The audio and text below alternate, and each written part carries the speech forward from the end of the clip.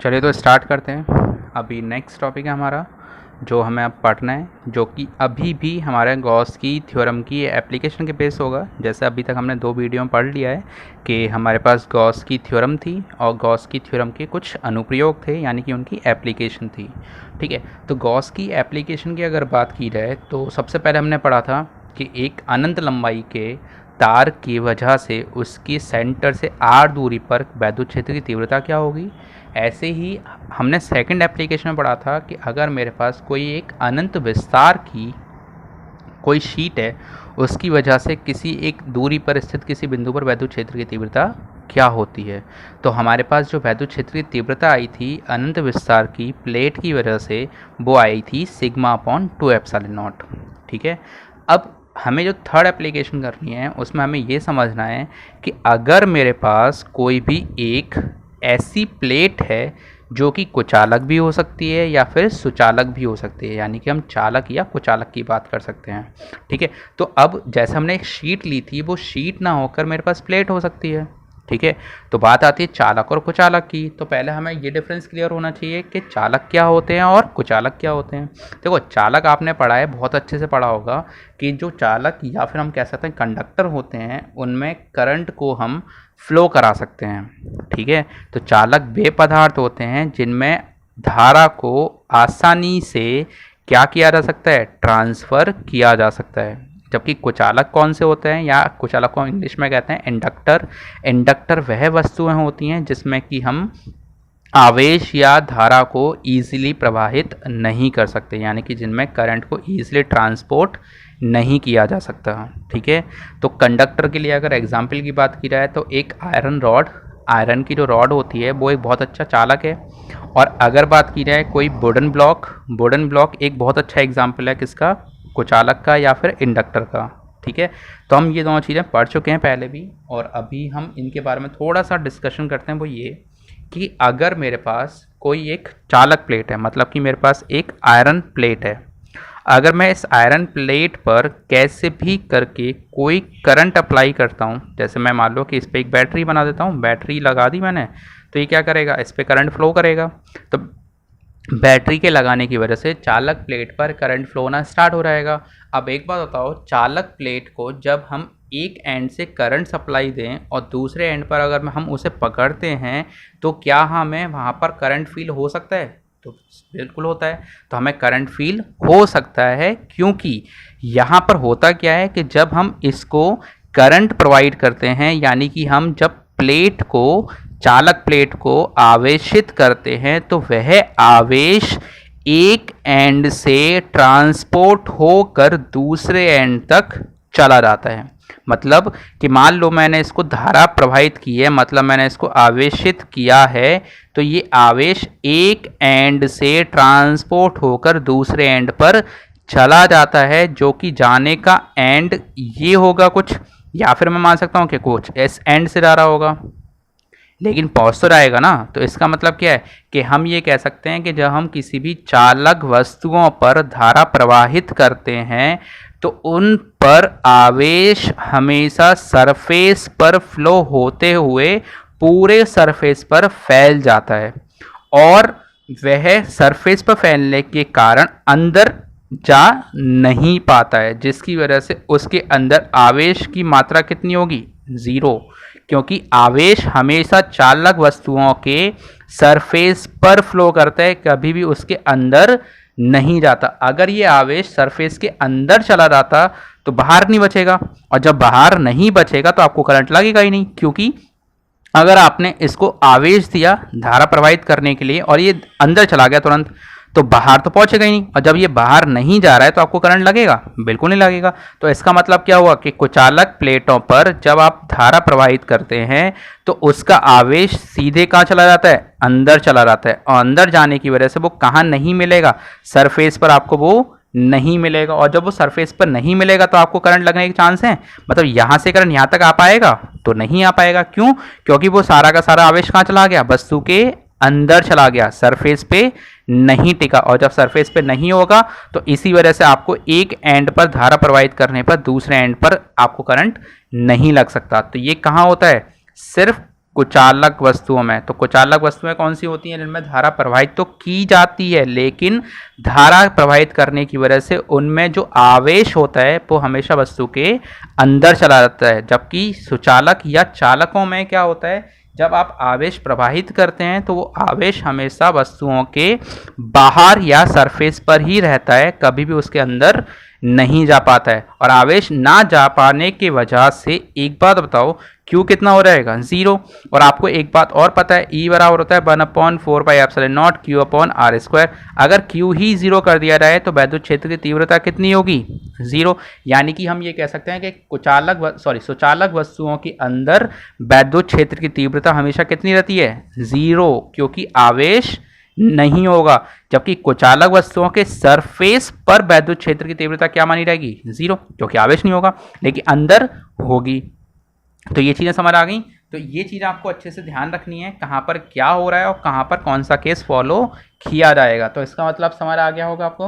अब आपको करना क्या है, आपकी नेक्स्ट एप्लीकेशन वो है कि आवेशित चालक प्लेट के निकट वैद्युत क्षेत्र की तीव्रता ज्ञात करनी है। मतलब कि आवेशित चालक प्लेट है मेरे पास एक, ये जो मैंने डायग्राम बना रखा है, मैंने मान लिया मेरे पास ये एक आवेशित चालक प्लेट है जिसके निकट मैंने मान लिया कि ये कोई बिंदु है P, जिस पर मुझे क्या करना है, वैद्युत क्षेत्र की तीव्रता कैलकुलेट करनी है। अब ऊपर वाली एप्लीकेशन यहाँ लगाते हैं। ये एक चालक प्लेट है, तो चालक प्लेट पर जब भी आप कोई धारा प्रवाहित करोगे तो उसकी वजह से आवेश हमेशा कहाँ रहने वाला है, बाहर, अंदर नहीं जाएगा, जिसकी वजह से अंदर E बराबर कितना हो जाएगा, 0। मैंने अभी बताया था ना कि चालक वस्तुओं में आवेश अंदर कितना होता है, 0 होता है, जिसकी वजह से वैद्युत क्षेत्र की तीव्रता भी 0 होगी। लेकिन सिर्फ कहाँ फ्लो होगा, बाहर। अब बात आती है कि मैंने यहाँ पर क्यों नहीं लिखा इस आवेश को। तो सर यहाँ पर आवेश ना लिखने का कारण मैंने ये मान लिया कि मेरे पास जो प्लेट है उसकी चौड़ाई बहुत ज़्यादा ना होकर पतली है। पतली होने की वजह से आवेश आपको यहाँ नहीं मिलेगा, सिर्फ उसकी लंबाई के अनुदिश मिलेगा, चौड़ाई पर नहीं होगा। तो मैंने मान लिया कि मेरे पास आवेश कुछ यहाँ होंगे और कुछ यहाँ होंगे। अब ये जो मेरे पास एक तार की तरह होगा ना, ये मेरे पास यहाँ पे क्या मिल रहा होगा, आवेश है, इधर भी आवेश है। मैंने मान लिया कि मेरे पास जो ये प्लेट है इसमें इस तरह से ना होके, मतलब कि इसमें लंबाई चौड़ाई तो होगी, साथ में इसमें मोटाई भी होगी, कुछ इस तरह से होगा। ठीक है, तो आवेश का मतलब कहाँ हो गया, मैंने ये चीज़ दिखा रखी है ना। तो इसका मतलब मान के चलो कि ये आवेश कुछ इस तरह से होंगे, इधर भी और इधर भी।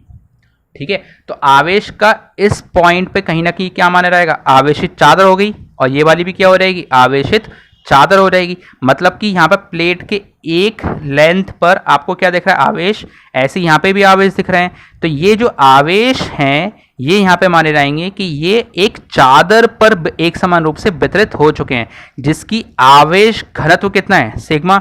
ऐसे ही यहाँ पे क्या हो रहा है, चार्ज वितरित किया हुआ है, तो यहाँ पे भी क्या होगा, आवेश घनत्व सिग्मा हो जाएगा।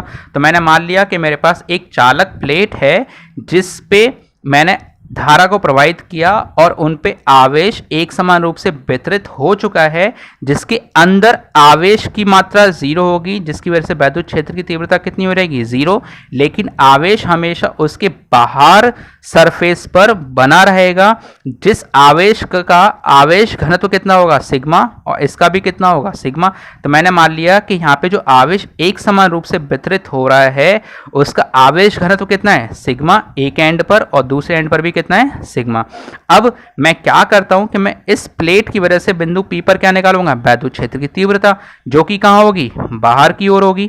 ठीक है, तो मैंने मान लिया कि इस आवेश की वजह से बिंदु P पर वैद्युत क्षेत्र की तीव्रता कितनी है, E1, और सेकंड प्लेट की वजह से भी कितनी होगी, E2, जो कि दोनों एक ही दिशा में, जिसकी वजह से बिंदु P पर क्या आएगा, परिणामी E। अब मान लेता हूं कि मेरे पास जो फर्स्ट प्लेट है उसकी वजह से वैद्युत क्षेत्र की तीव्रता कितनी होगी, सिग्मा अपॉन 2ε0। अभी हम प्रीवियस वीडियो में कर चुके हैं ना कि अगर मेरे पास एक आवेशित चादर है तो उसकी वजह से हमेशा वैद्युत क्षेत्र कितना आता है, सिग्मा अपॉन 2ε0। तो ये कहाँ होगा, बाहर की ओर। ऐसे ही ये भी एक चादर है। ठीक है, अच्छा एक चीज और ध्यान रखना, मैंने जो प्रीवियस वीडियो में बताया था कि वैद्युत क्षेत्र की तीव्रता बराबर होती है सिग्मा अपॉन 2ε0। ये दूरी पर डिपेंड कर रही है, इसमें कहीं भी आर आ रहा है, आर नहीं आ रहा। इसका मतलब ये था, प्रीवियस वीडियो में आप लिख सकते हो या समझ सकते हो प्रीवियस वीडियो से कि आवेशित चादर की वजह से जो वैद्युत क्षेत्र की तीव्रता होती है वो इस चीज पे डिपेंड नहीं करती है कि वो किस बिंदु पर निकाली जा रही है, क्योंकि उसमें दूरी नहीं आ रही है। तो इसका मतलब क्या है कि अगर इस प्लेट की थिकनेस मान लो थोड़ी बहुत भी है, मान लो कि 10 सेंटीमीटर भी है, तो वो इस चीज पर डिपेंड नहीं करेगा कि वो पॉइंट जिस पर आप वैद्युत क्षेत्र की तीव्रता निकालने वाले हो कि वो फर्स्ट प्लेट से कितनी दूरी पर है और सेकंड प्लेट से कितनी दूरी पर है, क्योंकि दूरी तो आती ही नहीं है यहाँ पर। यानी कि फर्स्ट की वजह से अगर सिग्मा अपॉन 2 एप्सिलॉन नॉट है तो सेकंड प्लेट की वजह से भी कितना होगा, सिग्मा अपॉन 2 एप्सिलॉन नॉट ही होगा। वो इस चीज पर डिपेंड नहीं करेगा कि आपके पास दूरी क्या है, क्योंकि यहाँ पे दूरी मेंशन है ही नहीं। तो अब मैं चाहे ये बोलूं 50 मीटर है थिकनेस, चाहे ये 10 सेंटीमीटर हो, फर्क नहीं पड़ता, क्योंकि फर्स्ट की वजह से भी जो वैद्युत क्षेत्र की तीव्रता होगी वही तीव्रता सेकंड की वजह से होगी, क्योंकि ये दूरी पर डिपेंड नहीं कर रहे।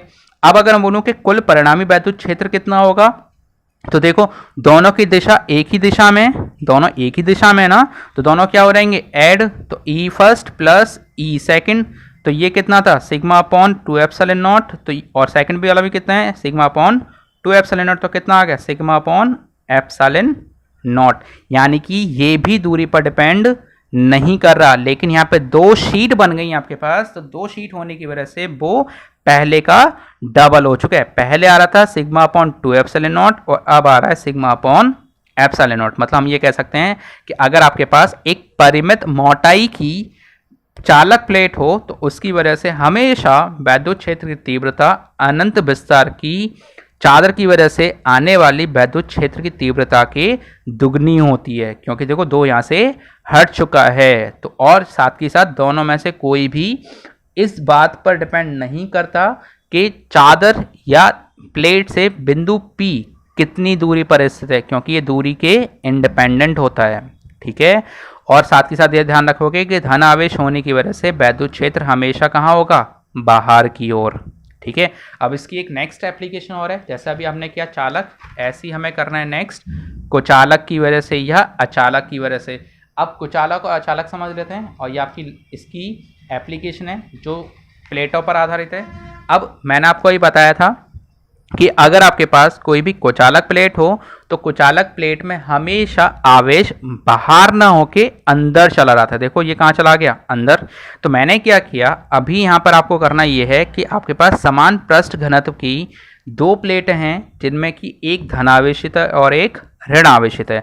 इनके बाहर और इनके बीच, देखो इन प्लेटों के बीच तथा बाहर वैद्युत क्षेत्र की तीव्रता क्या होगी, ये आपकी नेक्स्ट एप्लीकेशन है। तो आपको करना क्या है, तो मैंने एक काम ये किया कि मैंने मान लिया कि मेरे पास 2 प्लेटें हैं, एक धनावेशित और एक ऋण आवेशित, जिनका आवेश घनत्व दोनों का सेम है, जो कि मैंने मान लिया कितना होगा, सिग्मा होगा। आवेश घनत्व का मतलब होता है हमेशा सिग्मा।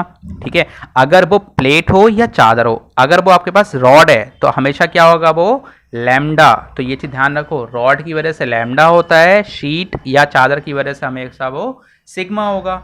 अब इस चीज पे डिपेंड नहीं करता कि बिंदु P कहां पर है, वैद्युत क्षेत्र की तीव्रता प्रत्येक बिंदु पर समान रहने वाली है। तो अब चाहे मैं P पे निकालूं या Q पे निकालूं, वो हमेशा कितना होगा, सिग्मा अपॉन 2 एप्सिलॉन नॉट। हाँ, लेकिन इस चीज पे डिपेंड जरूर करेगी कि वो धनावेशित है या फिर ऋणावेशित है। मान लो कि पहले मैं निकालता हूं बिंदु P पर, अगर मैं खाली पहले बिंदु P पर निकालता हूं तो बिंदु P पर होगा क्या, वो देखते हैं। देखो धनावेश की वजह से बिंदु P पर जो वैद्युत क्षेत्र की तीव्रता आ रही होगी वो आ रही होगी बाहर की ओर, तो E फर्स्ट हो गया बाहर, जबकि सेकंड की वजह से कहाँ आ रही होगी, तो सेकंड की वजह से आ रही होगी वो अंदर की ओर। क्यों, क्योंकि सेकंड वाला है ऋणावेशित, वो अपनी ओर खींच रहा होगा, जबकि धनावेशित अपने से दूर भेज रहा होगा। तो अगर मैं बात करूं बिंदु P पर वैद्युत क्षेत्र जो परिणामी आएगा वो कितना आएगा, तो पहले तो बात करते हैं फर्स्ट। अच्छा, हम किस में निकाल रहे हैं, पहले हम निकाल रहे हैं बिंदु P पर। तो बिंदु P पर E फर्स्ट होगा सिग्मा अपॉन 2 एप्सिलॉन नॉट, लेकिन इसकी दिशा कहाँ है, प्लेट के बाहर की ओर। ठीक है, और E सेकंड निकालूंगा तो कितनी आएगी, सिग्मा अपॉन 2 एप्सिलॉन नॉट। ये कहाँ है, ये है आपकी प्लेट फर्स्ट से प्लेट सेकंड की ओर। बात समझ आई। अब परिणामी निकालना है, तो परिणामी हमेशा E से रिप्रेजेंट कर दिया, जो कि होगा E first plus E second. तो मैंने मान लिया कि दोनों को पहले मैं ऐड करके निकाल रहा हूँ, लेकिन हम माइनस को लगाएंगे उसकी डायरेक्शन की बेस पर। मैंने पहले ऐड कर लिया, अब माइनस लिखने की बात आती है तो वो डायरेक्शन की बेस पर लिख दिया जाएगा। ई फर्स्ट क्या है और ई सेकंड दोनों एक दूसरे के अपोजिट डायरेक्शन में, तो अपोजिट डायरेक्शन में होने की वजह से एक को आप प्लस लोगे और दूसरे को माइनस, तो माइनस लगा दिया दूसरे वाले में, पहले वाले में क्या लगा दिया प्लस, दोनों एक दूसरे से हो गए कैंसिल आउट। ठीक है, बात समझ आ गई, कैंसिल आउट होने का कारण समझ आ गया। तो कैंसिल आउट होने का कारण है यहाँ पर ये कि दोनों की दिशा एक दूसरे के विपरीत है, एक दूसरे की दिशा विपरीत होने की वजह से ये दोनों एक दूसरे को कैंसिल आउट कर देंगे बिंदु P के लिए। लेकिन अगर बात करूँ बिंदु Q के लिए, तो बिंदु Q के लिए अगर बात की जाए तो बिंदु Q पर देखोगे तो क्या होगा कि प्लस की वजह से तो बाहर, माइनस की वजह से अंदर, तो दोनों एक ही डायरेक्शन हो गई ना। तो आप क्या करोगे, बिंदु के पर ई फर्स्ट देखोगे तो कितना आ रहा है sigma upon 2 epsilon not, E second कितना आ रहा है सिग्मा अपॉन 2 एप्सिलॉन नॉट।